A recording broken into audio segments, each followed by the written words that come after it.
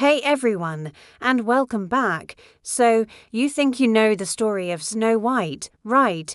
The sweet princess, the singing dwarfs, the charming prince who wakes her with a kiss. Well, get ready. Because the original fairy tale by the Brothers Grimm is a whole lot darker and honestly way more twisted. Forget the Disney version you grew up with.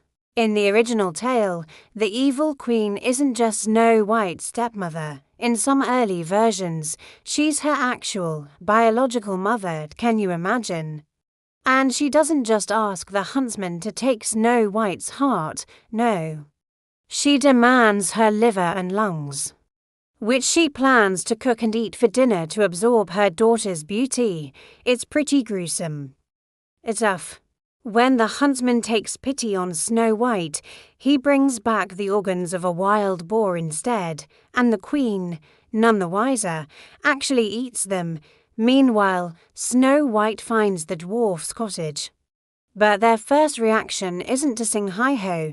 They basically tell her, you can stay, but you have to cook, clean, and do all the chores.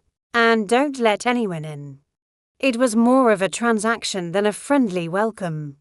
The Queen's attempts to get rid of Snow White are also more persistent and brutal. First, she tries to suffocate her with stay laces for a corset. The dwarfs save her. Then she comes back with a poisoned comb. The dwarfs save her again. The poisoned apple is her third and final attempt. And here's the biggest shocker. The prince doesn't wake her with a kiss. He finds her in the glass coffin and is so captivated by her beauty that he convinces the dwarfs to let him take her, coffin and all, back to his castle. As his servants are carrying the coffin, one of them stumbles. The jolt dislodges the piece of poisoned apple from Snow White's throat, and she wakes up.